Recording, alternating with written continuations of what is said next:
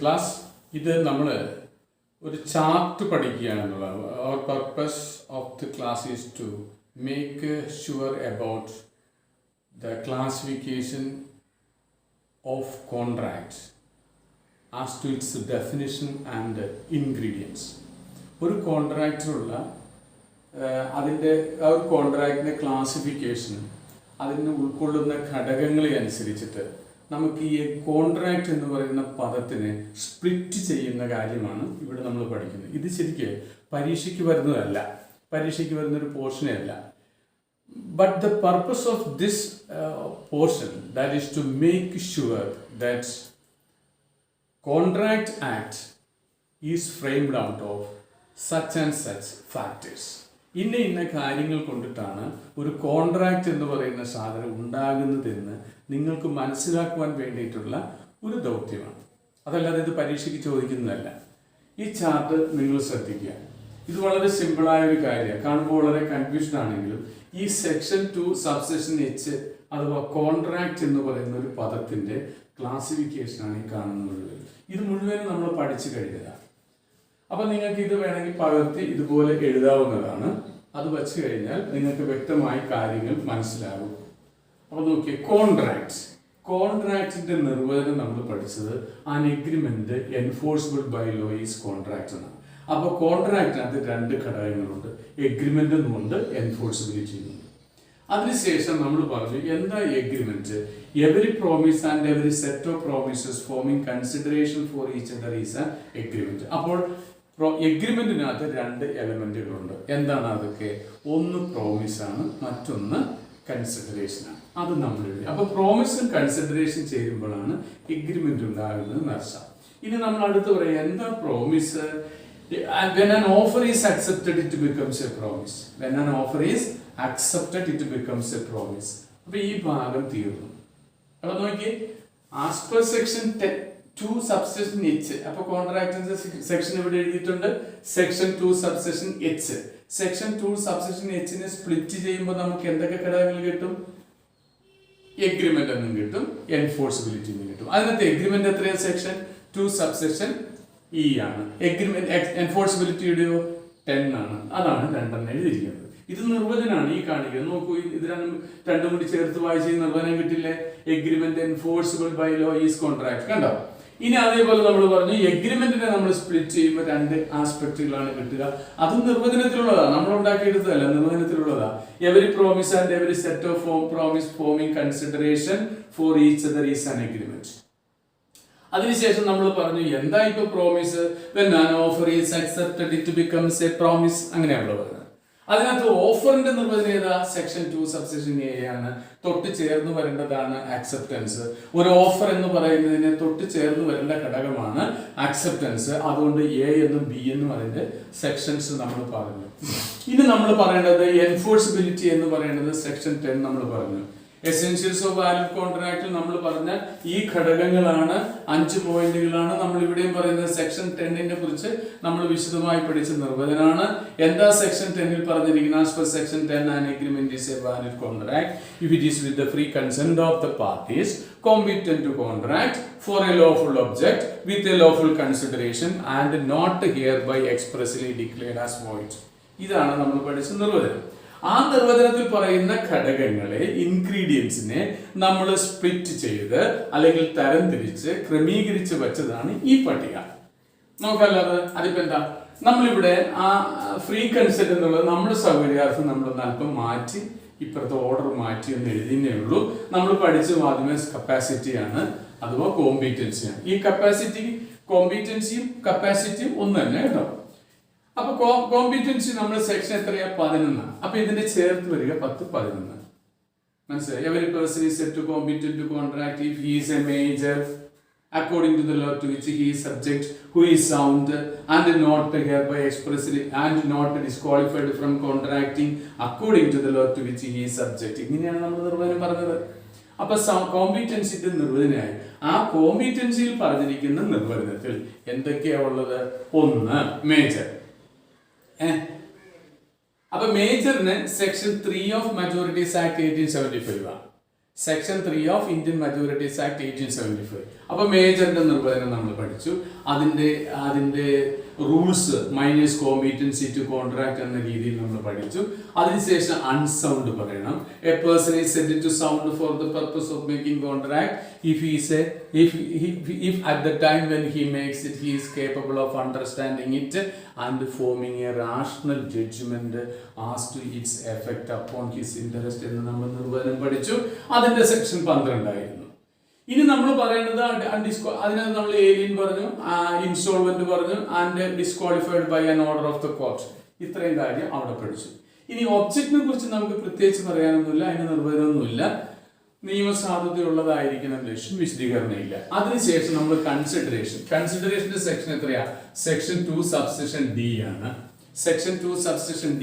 When at the desire of the promiser, the promisee or any other person has done or abstained from doing or does or abstains from doing or promised to do or to abstain from doing something to such act, abstinence or such act, abstinence or promise. That is called consideration for the promise. നമ്മൾ ആ നിർവചനം പഠിച്ചതാണ്. അപ്പൊ ആ നിർവചനത്തിനകത്ത് 3 classification നമ്മൾ പറഞ്ഞായിരുന്നു. Consideration എന്നുള്ളത് past consideration ആവാം, പ്രസന്റ് കൺസിഡറേഷൻ ആവാം, ഫ്യൂച്ചർ കൺസിഡറേഷൻ ആവാം. That's all. അവിടെയും വിശദമായ കാര്യങ്ങളൊന്നുമില്ല. നമ്മൾ നിർവചനം പഠിച്ചു, അതിന്റെ എസെൻഷ്യാലിറ്റീസ് നമ്മൾ പഠിച്ചതാണ്. ഇത് എസ് ആണ് ഈ കാണുന്നത്, ഈ കോമ്പീറ്റൻസി എസ് ആണ്, ഇത് 2 എസ് ആണ്. ഇനി നമ്മൾ പറഞ്ഞ ഫ്രീ കൺസെന്റ് ആണ്, ഇതും എസ് ആണ്. ഫ്രീ കൺസെന്റ് സെക്ഷൻ 13 14 സെക്ഷൻ 13 പറയുന്നത് two or more persons are said to consent when they agree upon the same thing in the same sense. Don't forget, 2 or more persons are said to consent when they agree upon the same thing in the same sense. നമ്മൾ പഠിച്ചു. ആ section 13 ആണ്. എന്നാൽ section 14 പറയുന്നത് അതല്ല. സമ്മതം ശരി, എങ്ങനെയാണെങ്കിൽ consent free ആകും. സെക്ഷൻ 13 പറയുന്നത് ഫ്രീ കൺസെന്റ് തന്നെ. ഈ കത്തി എന്റെ കഴുത്തിൽ വെച്ചിട്ട് സമ്മതമല്ലെന്ന് ചോദിച്ചപ്പോൾ ഞാൻ സമ്മതിച്ചു, സമ്മതം എന്ന് പറഞ്ഞു. അത് കൺസെന്റ് ആണ്. പക്ഷെ അത് ഫ്രീ കൺസെന്റ് ആണോ? അല്ല. ഫ്രീ കൺസെന്റ് ആണെങ്കിൽ എങ്ങനെയാവണം? അത് ചില നെഗറ്റീവ്സുകൾ പറഞ്ഞു നമ്മള് കൺസെന്റ്. അപ്പൊ സെക്ഷൻ 14 ഈ കാണുന്ന കാര്യങ്ങൾ കേൾക്കണ്ടല്ലോ. അപ്പൊ സെക്ഷൻ 14 എന്താ പറയണം? Not to be. ഇവിടെ ചേർക്കണം, ഇത് മനസ്സിലാക്കാനാ.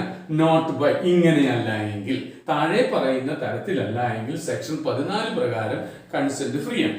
അപ്പൊ താഴെ ഏതാ പറയാ? Not by കൊയേഷൻ. കൊയേഷൻ നമ്മൾ പറഞ്ഞു committing or threatening to commit an act forbidden by the Indian Penal Code or an unlawful detaining or threatening to detain any property to the prejudice of any other person, whatever may be the intention of causing a person to enter into an agreement.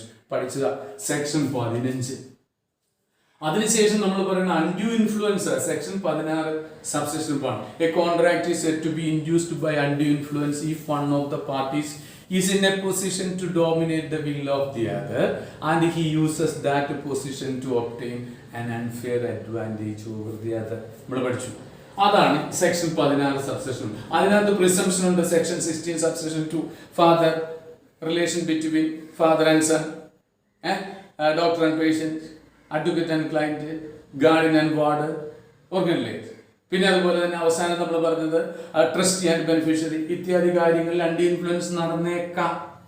അവിടെ അണ്ടി influence ഉണ്ടെന്നല്ല, ഉണ്ടാകാൻ സാധ്യതയുണ്ട് എന്നാണ് പറഞ്ഞത്.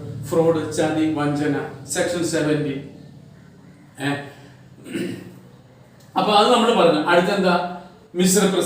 മിസ്റെപ്രസെന്റേഷനും ഫ്രോഡിനെ സംബന്ധിച്ച് വ്യത്യാസവും എല്ലാം നമ്മൾ അന്ന് പറഞ്ഞ എക്സാമ്പിൾ കയ്യാലപ്പുറത്ത് തേങ്ങ പോലെയാണ്. അങ്ങോട്ട് പോയ ഫ്രോഡ്, ഇങ്ങോട്ട് വന്ന മിസ്റെപ്രസെന്റേഷൻ. എന്തുവാട്ടെ, അവിടെ ഒരു ഫാൾസ് റെപ്രസെന്റേഷൻ ഉണ്ട്. False representation intentionally made is called fraud എന്നാണ് പഠിച്ചത്. False representation innocently made is called misrepresentation. അപ്പൊ സെക്ഷൻ 17 18. പിന്നെ ലാസ്റ്റ് പറഞ്ഞ mistake. Erroneous belief about to some matter relating to contract എന്നാ പഠിച്ചത്. മിസ്റ്റേക്ക് ബൈലാറ്ററൽ മിസ്റ്റേക്ക് ഉണ്ടാകാം, unilateral mistake ഉണ്ടാകാം. Bilateral mistake എന്ന് പറഞ്ഞാൽ കോൺട്രാക്റ്റിലുള്ള 2 കക്ഷികളും മിസ്റ്റേക്കിലാണെങ്കിൽ, ബൈലാറ്ററൽ എന്നും ഒരാൾക്ക് മാത്രമേ തെറ്റുപറ്റിയില്ലെങ്കിൽ അതിനെ യൂണിലാറ്ററൽ മിസ്റ്റേക്ക് എന്ന് പറയും. ഈ ബൈലാറ്ററൽ മിസ്റ്റേക്ക് ആകട്ടെ യൂണിലാറ്ററൽ ആകട്ടെ അതിന് നമ്മൾ മിസ്റ്റേക്ക് ഓഫ് ഫാക്ട് എന്നും മിസ്റ്റേക്ക് ഓഫ് ലോ എന്നും പറയാം. മിസ്റ്റേക്ക് ഓഫ് ലോ എന്നുള്ളത് മിസ്റ്റേക്ക് ഓഫ് ഇന്ത്യൻ ലോ എന്നും മിസ്റ്റേക്ക് ഓഫ് ഫോറിൻ ലോ എന്നും പറഞ്ഞു. അതിനകത്ത് mistake of fact, mistake of law. Mistake of ലോയിൽ 2 തരത്തിൽ പറയണം. ഇന്ത്യൻ ലോ നമ്മുടെ നോട്ടിലുണ്ട്. ഫോറിൻ ലോ, അതിവിടെ ഇതുപോലെ ക്ലാസ്സിൽ പഠിക്കുക. Foreign law Indian law and foreign law. അങ്ങനെ രണ്ട് തരത്തിൽ തിരക്കാം. ഇത്രയാണ് നമ്മൾ പഠിച്ച കാര്യങ്ങൾ. ഇനി നമുക്ക് വേറൊരു കാര്യം പഠിക്കണം.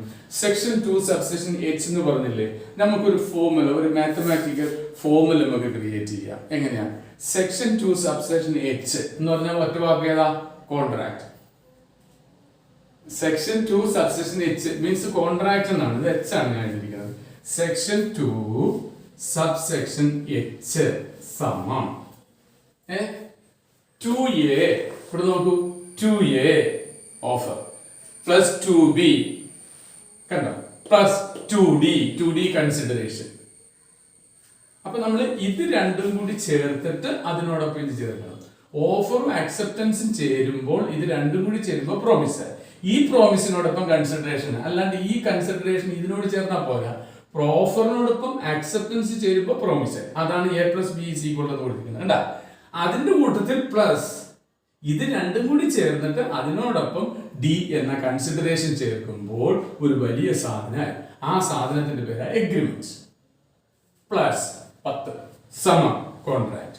അപ്പൊ section 2 subsection H is equal to 2A plus 2B plus 2D plus 10. ഇതാണ് അതിന്റെ formula. 2A plus 2B plus 2D plus 10. അങ്ങനെ പറയണം. എയും ബിയും കൂടി ചേർന്നാൽ ഓഫറും അക്സെപ്റ്റൻസുമായി, ഓഫറും അക്സെപ്റ്റൻസും ചേർന്നാൽ എന്തായിട്ട് മാറുന്നു? പ്രോമിസ് ആയിട്ട് മാറും. കണ്ട, അതാണ് സ്മോൾ ബ്രാക്കറ്റ്. അതിനുശേഷം നമ്മൾ പറഞ്ഞിരിക്കുന്നു അതിന്റെ കൂടെ 2D ചേർക്കണം. ഈ 2D ചേർത്തപ്പോൾ ഹോൾ ബ്രാക്കറ്റ്. 2D എന്താണാവോ? കൺസിഡറേഷൻ. അപ്പോൾ അതിനോടൊപ്പം നമ്മൾ എന്ത് ചേർക്കണം? ഇതെല്ലാം കൂടി ചേർന്നാൽ മാത്രമേ ഇത് ചേരേണ്ട കാര്യമുള്ളൂ. അപ്പൊ 10 ഇപ്പൊ സമം കോൺട്രാക്ട്. അപ്പോൾ as per section 2 subsection H an agreement enforceable by law is contract എന്ന ഒരു കാര്യമാണ് എഴുതിയിരിക്കുന്നത്. ഇതിലില്ലാത്തതായിട്ട് നമുക്കൊന്നും അവിടെ എഴുതാനില്ല. അഥവാ ആ സെക്ഷൻ 2 സബ്സെക്ഷൻ H എന്ന് പറയുന്ന ആ ഒരു നിർവചനത്തിന്റെ ഡീറ്റെയിൽസ് ആണ് ഈ കാണുന്നത്. അതാണ് നമ്മൾ ഇന്ന് വരെ പഠിച്ച കാര്യം. ആൻഡ് നിങ്ങൾക്ക് മനസ്സിലായി കാണുമെന്ന് ഞാൻ വിചാരിക്കുന്നു. And that's all about this class. Thank you for watching the class. Okay, you just subscribe our channel. Okay, thank you.